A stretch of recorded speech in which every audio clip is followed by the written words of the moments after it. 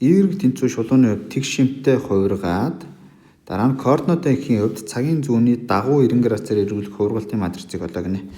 За эхлээд хэдүүлээ Y тэнцүү X шулууны хувьд тэг шимийн хувиргалтын матрицыг А гэж тэмдэглэх юм бол хувиргалтын матриц нь тэг 1 1 тэг байдаг. Харин цагийн зүүнний дагуу гэсэн учраас нэг хасах 90 градусаар хувиргах хувиргалтын матриц гэсэн үг. За тэр хувиргалтын матриц нь болохоор тэг 1 хасах 1 тэг гэсэн үг. За тэгвэл хамгийн сүүлд эргүүлэлт байсан учраас тэг 1 хасах 1 тэг. За дараа нь эхлээд тэг шимийн хувиргалт байсан. За ингээд үржүүлдэг гэсэн.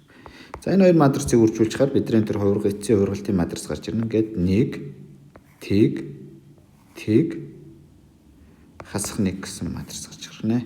За ингээд бидний хариулт B хариулт байна.